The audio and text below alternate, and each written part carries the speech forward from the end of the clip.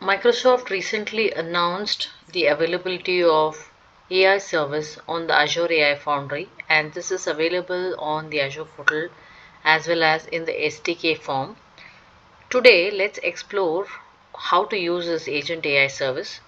First of all, when you're looking at building any of the agentic AI applications, we have a raw model to work with, and then we can augment the model with different set of knowledge and action tools. For example, the LLM has a limited amount of knowledge that it already has, then came in the construct of RAG. But what if I can equip the model to with a system of with an ecosystem of tools where, let's say, I want to bring in recency with the help of Bing search. I want to bring in my custom data using some vector DB such as the Azure AI search, or I want to invoke some custom functions on Azure using Azure functions, and I want the model to invoke the function and get the outcome of that function in delivering the overall task. I could also give my files as an input to the model, and that being the source of truth of the content that the model can serve. And I could also have a code interpreter where, let's say, I need to write some Python code to create some visualization or charts. The Agent AI service also has the ability to write code using the code interpreter, write code and invoke that code in a sandbox environment, and then give me the overall insights.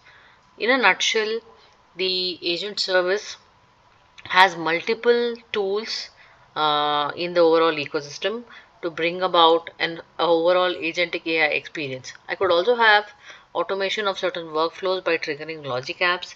I could invoke uh, OpenAPI 3.0 based API invocations, and that also can be an additional action that I could trigger from the agent AI service. Let's see how do we build a simple agent. Now, to get started with, I have I basically need to go ahead and create these tools as a tool set, give instructions to the agent, and then it gets going from there, right? So, for example, in this case, I'm adding functions as a tool so that I'm able to invoke any of the locally available Azure functions. I'm adding code interpreter as a tool so that in case of the program or the agent AI service wanting to go ahead and create a Python program, invoke that in a sandbox environment, I have the code interpreter tool. I also have, in terms of the knowledge, I have a file search tool because I'm uploading some files with the relevant information to solve the use case, and the LLM can make use of the file search tool to look at that particular file as the data source. Also, to bring in recency, I have Bing grounding tool here, and the Bing grounding tool actually helps me to bring in recency. Now, these are all the defined uh, tools of the ecosystem which I've made it available to the agent. And very simplistically put, what we do now is create an agent, and this is how we create an agent. Basically, the tool set is defined. There are also a bunch of instructions that are given to the tools. Now, what are these instructions, right? For example, if I need to instruct the agent to behave in a certain manner, or I would need to identify which are the particular tasks and what are the corresponding tools to achieve that particular task.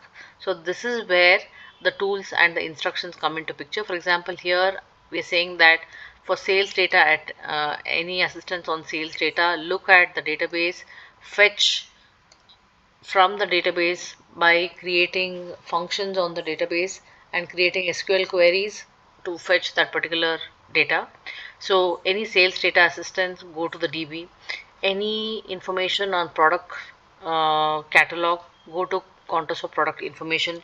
For any visualization and code interpretation, use the code interpreter, so on and so forth, right? So basically, the instructions are given to the agent to use the right tool at the right time, and depending on the query that's given to the agent then takes a call on invoking the right tool to bring about that experience. Now let's see how this plays. I'm going to show a quick demo here, and here we already have the agent that's up and running. The agent is filled with certain transactions of trekking gear purchases. So the transactions database is there. Additional information on the contours of tests or tents, the data set is already provided here in the form of a file, which in turn is got converted to a vector DB store, and this serves as one of the knowledge sources. And like I mentioned earlier, code interpreter and Bing grounding tool are also added. Now let's give this agent a particular query. Let's say what were the sales by region. Now the agent works behind the scenes, it follows the instructions, and basis that it creates an SQL query given so and so, and then I get the overall recommendation or overall data on top of the sales by region. Now let's say I have any other additional query. Let's say which product sells best in Europe. Again, it invokes the corresponding agent. Here in this case, it's again invoking a SQL query on the database that I have. Right now, let's see demonstration of the agent picking up information from some other data source. So let's say I say show sales by region as a pie chart. So in this case, first of all, it needs to fetch the data, and then it also needs to look at visually interpreting the data. So let's see if the agent is actually able to go ahead and invoke. So first and foremost, it gets the basic data, and then now it opens or it creates the a well-defined chart, pie chart, based on the ask that's given here. So under the hood, it created Python code for this and executed that in a sandbox environment along with the data that was meant to execute this particular query, right? So that is that. And then if I were to, let's say, bring in some elements of recency here, right? I can say what beginner tents do we sell. This information does not exist in the transactions database. It has to look for some other source, and in this case it is looking for a PDF document which has all of this information, and it is basically able to get content from the PDF document without any specific instructions, or without any specific prompts that are given here. By English like sentence, it's able to go ahead, then work upon the instructions that are given to the agent and work from there on. Now let's say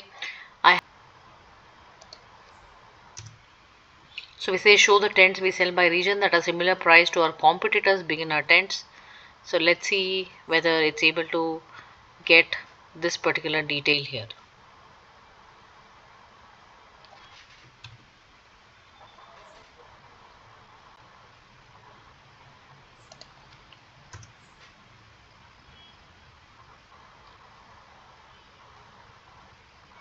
So here are some examples that are sold by our competitors. This information does not exist in our database. It actually does a Bing query behind the scene to get this information. Now let's say I have to basically show this as a bar chart. The model now compares the prices of our tents versus the beginner tent sold by competition. With both of these in mind, it's actually supposed to go ahead and create um, a visual representation of a comparison of our tents versus competitor beginner tents that are sold. So in a nutshell, as you could see, very simplistically put, there were certain tools that were given to the agent, there were certain instructions that were given to the agent, and just by giving English like instructions and making available the tools, the agent is actually able to pick up the right tool for the right task and fulfill the entire set of asks that we have had from the data set that is given to the agent.